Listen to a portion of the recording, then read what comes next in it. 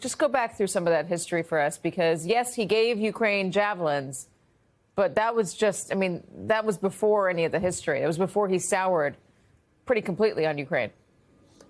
And that response that you just played was in direct questioning of the comment from the Kremlin spokesperson saying that the Trump administration's foreign policy aligns with that of Vladimir Putin's. That was his response, essentially a defense of himself and his posture toward Russia and Ukraine. And we hear him often go back to the javelins, of course, which hit at the heart of the impeachment proceedings when he sought to, and did for a period of time, withhold aid to Ukraine when, we should note, at that time in 2019, of course, there were active conversations between Ukraine and Russia, concerns about advancements in Russian aggression. And you heard that was actually, you know, I guess ironically, perhaps, at the heart of the back and forth between J.D. Vance and President Zelensky in the Oval Office on Friday over President Zelensky's assertion that they have tried diplomacy in the past, despite the suggestion of Vice President Vance going back to 2019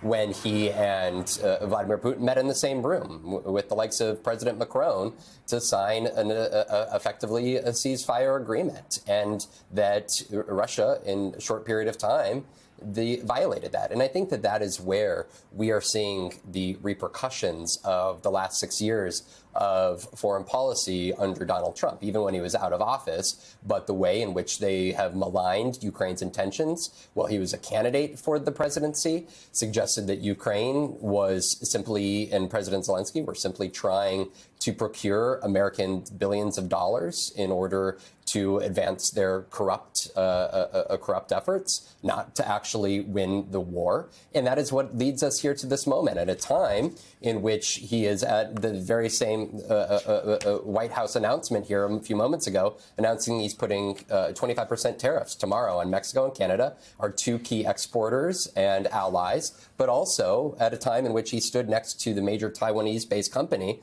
that makes and manufactures chips, who is announcing a major $100 billion investment in the United States. But I think that an important subcontext to all of that is concern about the extent to which the Trump administration would defend Taiwan against Chinese aggression. And you're seeing this major Taiwanese-based chip manufacturer understand that they need to diversify where they are manufacturing their chips. And that investment is coming here to the United States while all of this is going on, and understanding that the U.S. may not be there to defend Ukraine in the future. Yeah, that's a really good point. Vaughn Hillyard, thank you very much. Courtney Kube, Keir Simmons, and Ryan Nobles, everybody, I appreciate it. And joining us now is investigative journalist and editor at The Insider, Michael Weiss. So I just want to go back to that question. Is this relationship salvageable? You heard Donald Trump there before Vaughn and I were talking about the history of the relationship. He was asked, whether the deal can be done again. And he said that it might be time for Zelensky to leave. If Zelensky doesn't want to get involved in this deal, which Donald Trump thinks is very fair, he might not be around for much longer. Vaguely threatening language, fine. But is there a way for the two of them to come back to the table? Do you see any hopeful signs? I actually think that it's the wrong question to ask. Is the relationship salvageable? I think the question is the relationship getting in the way or advancing Donald Trump's real agenda, which is a strategic realignment of the United States toward Russia? The writing, I think, Katie, is on the wall to most, including those in Europe who I think are now biding for time because they're in a panic. They didn't expect it to happen this quickly, even though in the lead up to the election, when many European leaders and officials thought Donald Trump was likely to win, they had kind of resigned themselves to this new reality, which I think threatens now to upend 80 years of the post-war order. I mean, look at the optics in the last few weeks. Donald Trump calls Volodymyr Zelensky a dictator, doesn't have a disobliging word to say about Putin. Ukraine, not Russia, is in badly of need of free and fair elections, even though these are banned constitutionally by Ukraine because the country is in a state of martial law, something that Zelensky's fervid opponents in Ukraine's politics also affirm. Zelensky, at the Oval Office meeting, Donald Trump said, has a, quote, tremendous hatred of Putin, and this is the main obstacle to peace. Well, yeah, he might have a tremendous hatred of a guy who's tried to assassinate him more than a dozen times, occupies 20% of his territory, bombs the other 80% on a nightly basis, and is torturing and killing and raping men, women, and children in the occupied territories. You might say it's a fair surmise that he's going to have a hatred of this guy. Donald Trump says at the Oval Office meeting, too, quote, we are not aligned with anybody. This is news for Kyiv, which has been badly dependent on a rather robust and wholehearted American alignment with Ukraine against Russia. Zelensky now, he is saying only that which the U.S. intelligence community has affirmed as recently as mid-February. He said, this war is going to last a very long time. Donald Trump goes into a blind rage on Truth Social, saying that this is the wrong thing to say. And, you better watch your step, kid, because I can just pull the plug out from under you. I think, we're so kind of wedded to the old established order here that it's hard to see the new political reality for what it is. Now we're mulling lifting sanctions before any negotiations have got underway, much less a ceasefire or peace deal. There's already a cancellation of foreign sales of weapons to Ukraine, and now perhaps the consideration of pulling the plug unilaterally on security assistance. I think what's happening is quite clear. Donald Trump is desperate to make nice with Russia, bring Russia in from the cold, have a grand sort of, celebration with Putin, and as Marco Rubio said, to engage in all kinds of geopolitical and economic partnerships with Russia.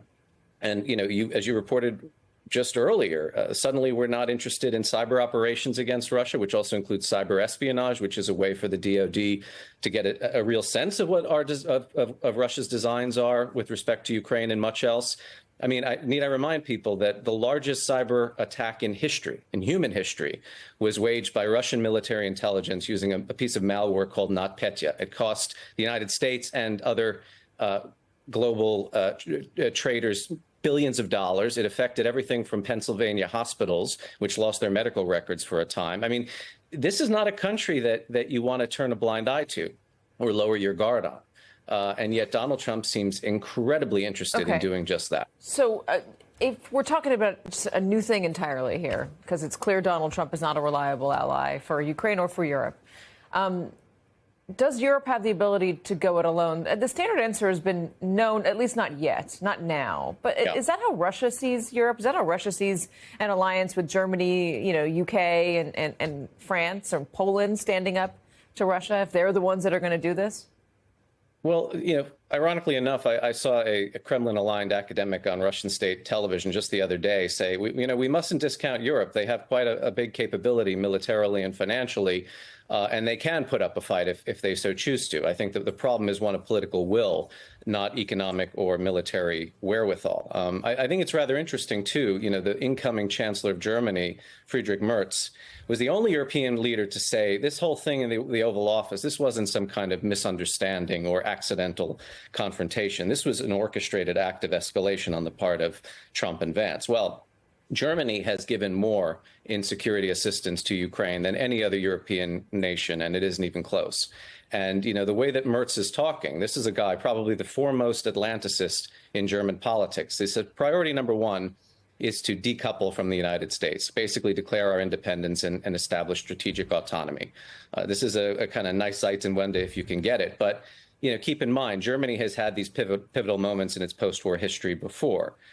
Beginning in the late 40s all the way up until 1989 when it decided on reunification. So if the will is there for Germany to do it, I think it should also be there for other European countries. And, the UK, popular and political support for Ukraine is unanimous. This is the one country I've been going to Ukraine since the war started, never a hiccup about British support.